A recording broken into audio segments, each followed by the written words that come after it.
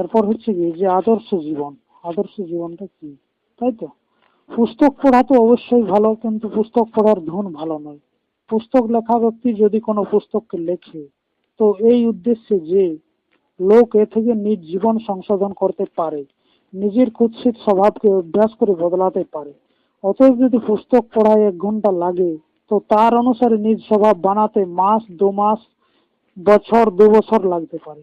শুয়েও তার সাধনে যখন নিত্য কঠিন পরিশ্রম করা যায়, অন্যথা জন্মভরেও আচ্ছা তখন অন্যথা জন্মভরেও খারাপ স্বভাব পাল্টাতে পারে না।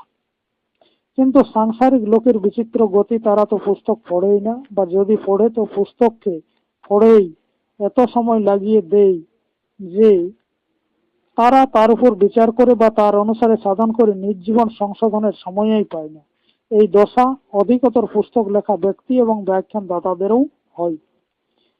এইরূপ লোক একে তো হয়েই খুব কম, কখনো হলেও তো আছে, হলেও তো আচ্ছা খুব কম তো আছে, তা থেকে যদি হয়েও কিছু থাকে, তো এত পুস্তক লিখতে এবং ব্যাখ্যান দিতে হয় যে তারা স্বয়ং ওইসব শিক্ষার অনুসারে নিজ স্বভাব শোধরানোর বা বানানোর সময়ই পায় নাই। চেষ্টা হয় এই গোলমালটা। এইরূপ লেখা পড়া বা উপদেশ দেয়া এক প্রকারের রোগ। অতএব তুমি স্বয়ং চিন্তা করো, যদি এদের থেকে কোনো রোগ তোমার অন্তঃকরণের ভিতর এসে যায়, তো তাকে বের করানোর চেষ্টা করো। এই রোগ থেকে মুক্ত না হলে তোমায় শান্তি বা আনন্দ মেলা তো দূরে থাক, তার ঝলকও দেখা দেবে না। অতএব কোনো ভালো পুস্তককে পছন্দ করো এবং প্রাতকালে উঠে অল্প নিত্য পাঠ করো, সাথে মনে এও প্রতিজ্ঞা করো যে আজ থেকে যতটা পারবো এর অনুসারে চলবো। আচ্ছা, যেসব কাজ করলে মনে অনুতাপ উৎপন্ন হয়, যা পরে শান্তিকে ভঙ্গ করে, যাদের মধ্যে সুখ হয় নাম মাত্রের, কিন্তু পরিণামে দুঃখই হয়, এইরূপ কর্ম তখন হয় যখন মন নিজের বসে থাকে না। যার জীবনে এইরূপ কর্ম যতই অধিক হয়, বুঝে নাও যে ওই মানুষের মন অতই চঞ্চল। কেননা এইরূপ কর্মে পড়তে আত্মা কখনো চায় না, বরং এই নিরঙ্কুশ মনেই তাতে ফেলে দেয়। সেই জন্য কোনো বিশেষ সময়ে 1-8 ঘন্টার জন্য চিত্তকে রক্ষাকেই কেবল যোগ বলে না, বরং সব সময় মনের উপর এরূপ দৃষ্টি রাখো যেন সে আত্মা থেকে নিজ অধিকার দেখাতে না পারে। এটাই সর্বোত্তম যোগ বলা যেতে পারে। এই সাধনে মানুষ মনের দাস হয় না, বরং মনেই তার গোলাম হয়ে যায়। বস একথা নিশ্চিত যে যে হৃদয়ে শান্তি চাই, সে এরূপ সাধন করলে মনের লাগাম তার হাতেও এসে যায়। সেই মানুষ ধন্য যে মনের স্বামী হয় এবং মন তার আজ্ঞা পালন করে। বাস্তবে যদি তুমি শান্তি এবং সুখ চাও, তো সংসারকে, লীলা এবং নিজেকে তার এক দর্শক ভাবো। এই দৃষ্টিতে দুঃখ সুখরূপ হয়ে যায়। যুদ্ধের সমাচার বা যুদ্ধের দৃশ্য তামাশা দেখা ব্যক্তিকে খুব ভালো মালুম হয়, কিন্তু তার কষ্ট লড়া ব্যক্তিই জানে। রাস্তা ভুলে গিয়ে এক আশ্রয়হীন অবলা এক ঘোর বনে এসে পড়ে, দিনভর চলার পরও পথ পায় না। শেষে থকে গিয়ে ওই জঙ্গলে এক নদীর কিনারে এক পাথরের শিলাতে বসে পড়ে। সূর্য অস্ত চলে গেছে। আচ্ছা, স্ত্রী ঘোর চিন্তায় নিমগ্ন। এ ভাবের এক চিত্র। আচ্ছা, একে যে দেখে খুবই প্রসন্ন হয়, বলে যে এ চিত্র খুব ভালো, দেখা ব্যক্তির জন্য খুব ভালো, তাদের মন বহলাভ হয়। কিন্তু ওই দিন স্ত্রীর কি অবস্থা হবে, তার কিরূপ দুঃখ হবে, আপনি কি অনুমান করতে পারেন না? এটা কি দর্শকের জন্য এক তামাশা? বলার উদ্দেশ্য বা মতলব এই যে তামাশার দৃষ্টিতে দুঃখও সুখদায়ী হয়ে যায়। সেই জন্য বেদান্তের এ আজ্ঞা আছে যে তুমি এই সংসার বা সারা সংসারকে লীলাময় ভাবো। তুমি দর্শক হও এবং সংসার তোমার জন্য তামাশা হয়ে যাক। বস আনন্দই আনন্দ, প্রসন্ন চিত্তে প্রবাহ জনিত যে দৃশ্য সামনে আসে তাকে আসক্তি রহিত হয়ে তামাশা ভেবে দেখে যাও। এবং লাভ হানিতে একরস হও। আচ্ছা, এরপর তাহলে খেল কিভাবে করা যায় বা খেলের মহিমাটা কি? খেলের মহিমা, যা কিছু তুমি করো খেলা ভেবে করো। কোনো কাজ খেলা ভেবে না করলে শ্রমেই মালুম হয় না, শ্রমেই মালুম হয় না, উৎসাহই ভঙ্গ হয়। না শ্রমেই মালুম হবে আর না উৎসাহই ভঙ্গ হবে। কাজকে কাজ ভেবে করলে, বিবশ হয়ে করলে, পরতন্ত্রতায় করলে মানুষ অতি শীঘ্র থকে যায়। কিন্তু খেলার কাজে স্বতন্ত্রতায় মানুষ কঠিন থেকে কঠিন পরিশ্রম করেও থকে না।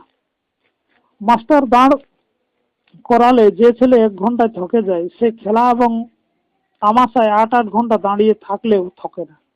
যত উৎসাহের সহিত লোক খেলায়, কঠিন থেকে কঠিন পরিশ্রম করতে পারে, অত উৎসাহের সাথে অত পরিশ্রমের কাজ কখনো হতে পারে না।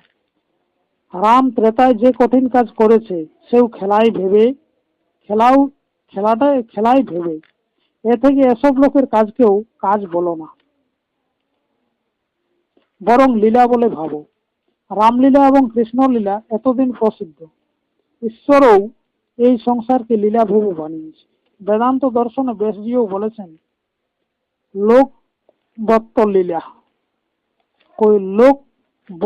লীলা কৈবল্যম। অতএব যদি তুমি সচিদানন্দ স্বরূপ ব্রহ্মস্বরূপ হতে চাও তো তুমিও সংসারকে লীলা মাত্র ভাবো। এরূপ বুঝলে, এই সিদ্ধান্তকে ভালোভাবে বুঝে এর উপর আরূঢ় হলে তুমি পাপ বা পুণ্যে লিপ্ত হবে না।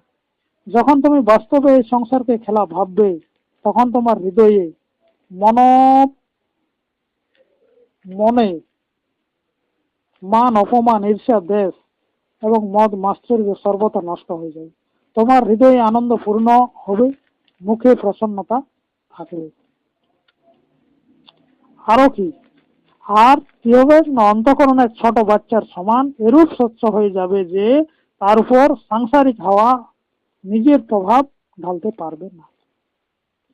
আমি এখানে যে খেলার মাহাত্ম্য বলছি তা খেলার মাহাত্ম্য জুয়ার নয়। যে খেলায় বাজি লাগা যায়, যে খেলায় হার জিতের সাথে লাভ এবং হানি যুক্ত, সেটা খেলা নয় বরং জুয়া। স্মরণ রেখো, জুয়ার খেলা সর্বদা দুঃখদায়ী হয়, তা বিষের সমান ত্যাগ করার যোগ্য।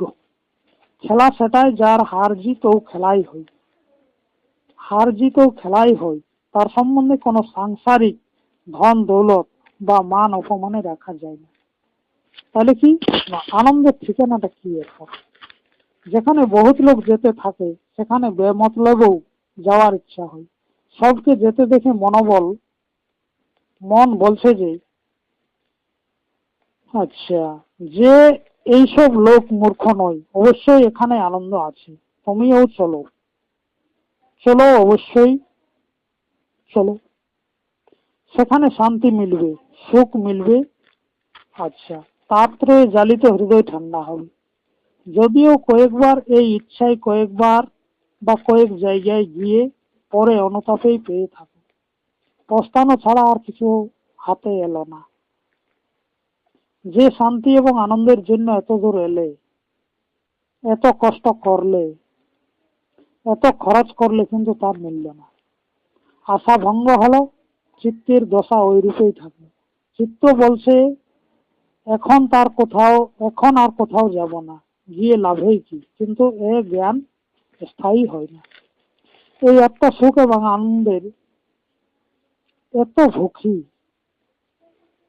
যে কোন সময় এরূপ পরমানন্দ স্বরূপ ব্রহ্ম ছিল, কোন এক সময় আনন্দের সমুদ্র ছিল, তাকে এখানে খুঁজছে। তার জন্য এদিক ওদিক বাইরে বা পরিধিতে সাংসারিক চক্রের চারদিক দৌড়ে। কিন্তু হ্যাঁ, সেই আনন্দ কোথায়? আনন্দ তো কেন্দ্রে আছে, ভিতরে, তোমার পাশে। তুমি স্বয়ং তাই হই। ফিরে যাও, নিজের দিকে মরে যাও, দৌড় ছেড়ে দাও, চিত্তকে শান্তি মিলবে।